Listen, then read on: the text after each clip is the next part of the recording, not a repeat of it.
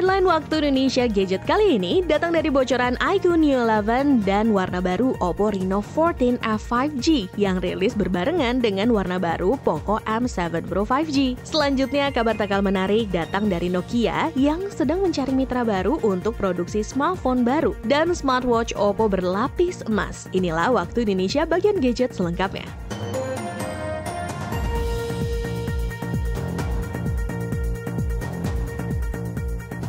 Warna baru Oppo Reno 14 F5G. Oppo Reno 14 F5G memperkenalkan warna pink terbaru. Oppo memperkenalkan varian warna baru Glossy Pink untuk Reno 14 F5G dengan tetap mengusung desain iridescent mermaid yang terinspirasi dari tren mermaid core. Warna ini menampilkan gradasi warna laut yang dinamis dan berkilau berkat proses iridescent glow dengan 12 lapisan film dan pemolesan mikro presisi. Reno 14 series juga menghadirkan desain one piece sculpted glass, yaitu bodi belakang dan modul kamera dari satu keping kaca utuh tanpa sambungan. Ini memberikan tampilan seamless sekaligus daya tahan lebih tinggi. Pada bagian belakangnya, Oppo Reno 14 series menggunakan finishing velvet glass. Sementara dalam hal ketahanan, perangkat ini telah bersertifikasi IP66, IP68, dan IP69, serta mendukung underwater fotografi hingga resolusi 4K tanpa casing tambahan. Secara keseluruhan, Oppo Reno 14 series tidak hanya unggul dari sisi desain, tetapi juga sebagai partner profesional dengan fitur AI flash fotografi, kamera sinematik 4K HDR, dan performa yang mendukung produktivitas, hiburan, hingga kreasi konten. Binar hadirkan solusi AI B2B. Binar merilis Synchro, platform AI no-code lokal pertama di Indonesia. Binar resmi meluncurkan Synchro, platform AI native lokal berbasis no-code yang memungkinkan siapapun membangun dan menjalankan AI agent tanpa perlu keahlian teknis. Diresmikan pada 22 Juli 2025 di Jakarta, peluncuran ini menjadi hasil akuisisi teknologi AI Builder dari Tiongkok yang kemudian dilokalisasi untuk pasar Indonesia, sekaligus membuka jalur transfer pengetahuan dari engineer AI Tiongkok ke Indonesia. Synchro dirancang sebagai solusi AI B2B siap pakai, fokus pada otomasi operasional internal seperti pelaporan, pricing dinamis, integrasi sistem ERP, hingga dukungan untuk HR dan finance. Platform ini juga menyasar sektor pendidikan dengan misi learning by building dan telah bekerja sama dengan sekolah internasional untuk mengadopsi Synchro dalam kurikulum. Dengan lebih dari 100 klien korporasi dan pendekatan distribusi lintas sektor, Binar menempatkan Synchro sebagai infrastruktur AI nasional yang scalable dan defensible, serta membuka jalur monetasi lewat lisensi edukasi, pelatihan guru, hingga platform distribusi digital. Nokia belum nyerah bikin HP. Berakhirnya kemitraan Nokia dengan HMD membuka peluang baru.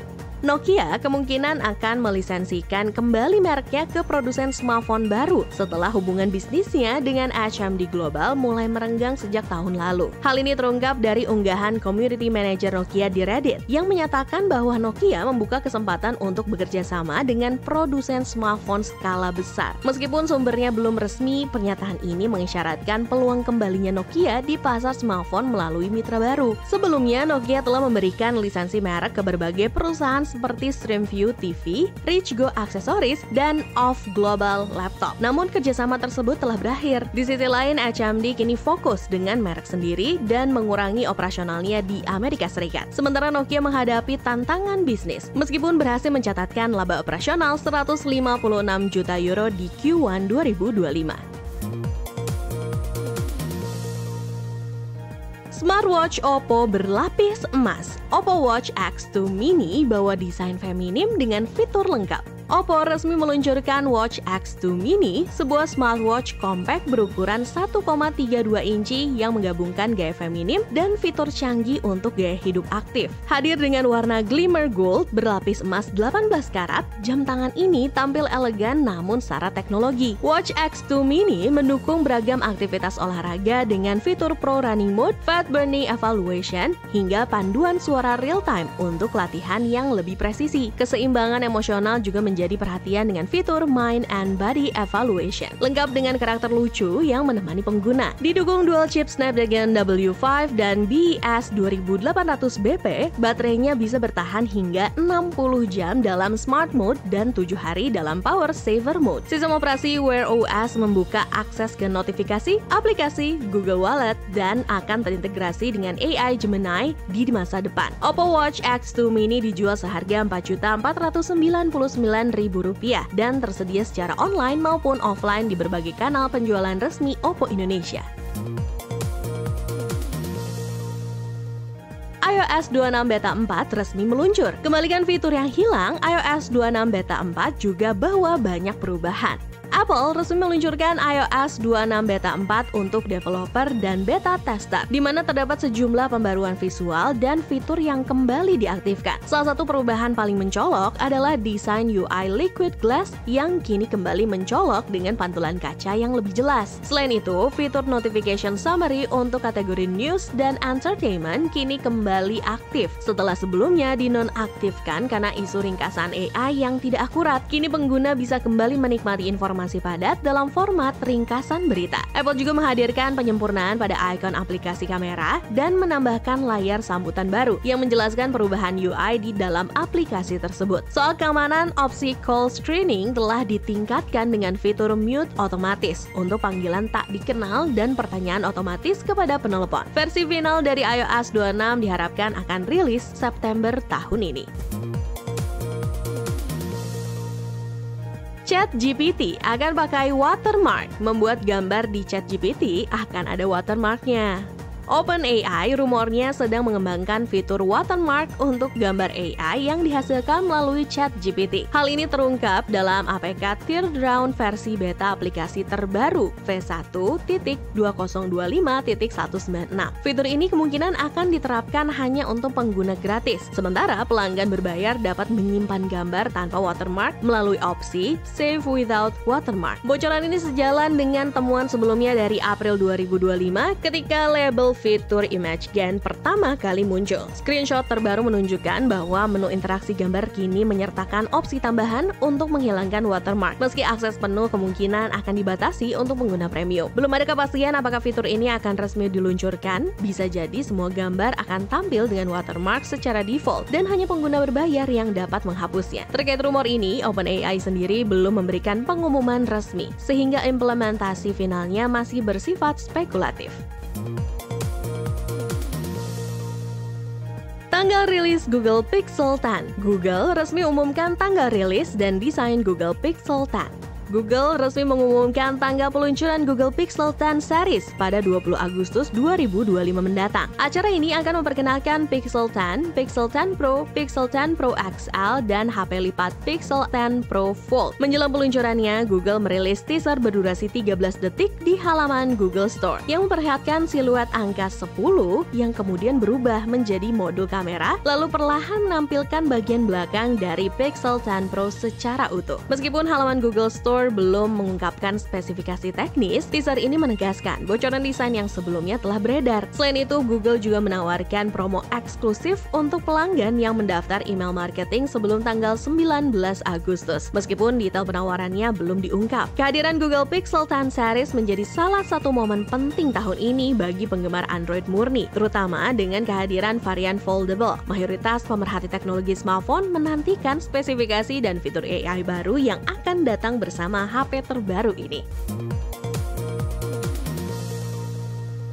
Oppo bikin acara bulu tangkis. Oppo dan IOA kumpulkan 2,5 M buat bantu atlet Indonesia. Oppo bersama dengan Indonesia Olympians Association atau IOA menggelar acara Make Your Moment dari bulu tangkis untuk semua pada 22 Juni 2025 di Tenis Indoor Senayan. Acara ini mempertemukan 9 legenda bulu tangkis Indonesia, termasuk Susi Susanti, Taufik Hidayat, Alan Budi Kusuma, dan Gracia Poli dalam pertandingan fun match yang dirancang sebagai momen nostalgia. Tak hanya menjadi hiburan, ajang ini dikabarkan juga berhasil mengumpulkan donasi sebesar 2,5 miliar dari hasil hasil penjualan tiket dan lelang eksklusif yang akan disalurkan melalui IOA Foundation untuk mendukung atlet lintas cabang olahraga. Melalui acara ini pula, Oppo Reno 14 series terbaru unjuk gigi menampilkan kemampuan kamera yang dilengkapi teknologi AI dan fitur low light.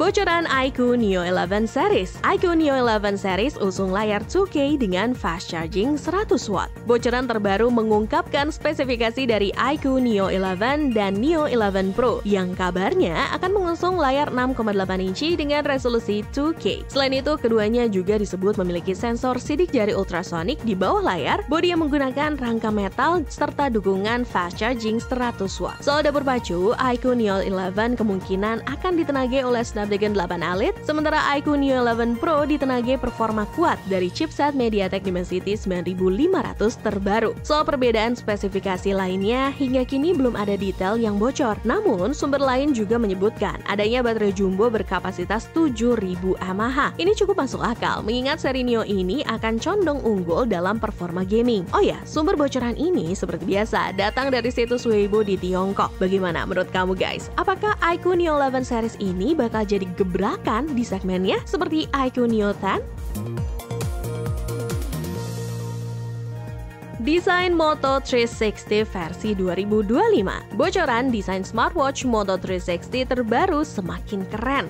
Smartwatch Moto 360 versi 2025 baru-baru ini muncul dalam bocoran render resmi yang memperlihatkan desain baru dengan bracelet stainless steel, berbeda dari versi sebelumnya yang memakai rubber strap. Perubahan ini memberikan kesan lebih elegan dan formal. Namun, belum diketahui pasti apakah smartwatch ini akan menggunakan Wear OS atau sistem operasi eksklusif. Sumber bocoran mengindikasikan kemungkinan besar Moto 360 kembali dikembangkan langsung oleh Motorola, berbeda dari versi 2019 yang dirilis melalui lisensi pihak ketiga. Moto 360 sendiri pertama kali diluncurkan pada 2014 sebagai smartwatch bundar pertama dengan Android Wear dan telah mengalami beberapa perubahan seiring berjalannya waktu. Versi terbaru ini dikabarkan akan tersedia dalam 5 pilihan warna dan direncanakan meluncur akhir tahun ini. Sayangnya detail spesifikasi maupun fitur-fitur unggulannya belum terungkap. Sebelum kita masuk ke berita terakhir, buat kalian yang ketinggalan terkait berita terupdate seputar gadget di minggu-minggu yang lalu, ada baiknya kalian langsung masuk aja ke channel YouTube Pricebook dan playlist Waktu Indonesia bagian gadget. Dan buat kamu yang gak mau ketinggalan berita terupdate terkait perkembangan dunia telco, bisnis, fintech hingga IoT di Indonesia, kalian bisa kunjungi platform baru kita di Prime by Pricebook, yang linknya bakal Lida taruh di kolom deskripsi di bawah. Warna baru Poco M7 Pro. HP Poco ini kini hadir dalam warna black, bikin makin ganteng.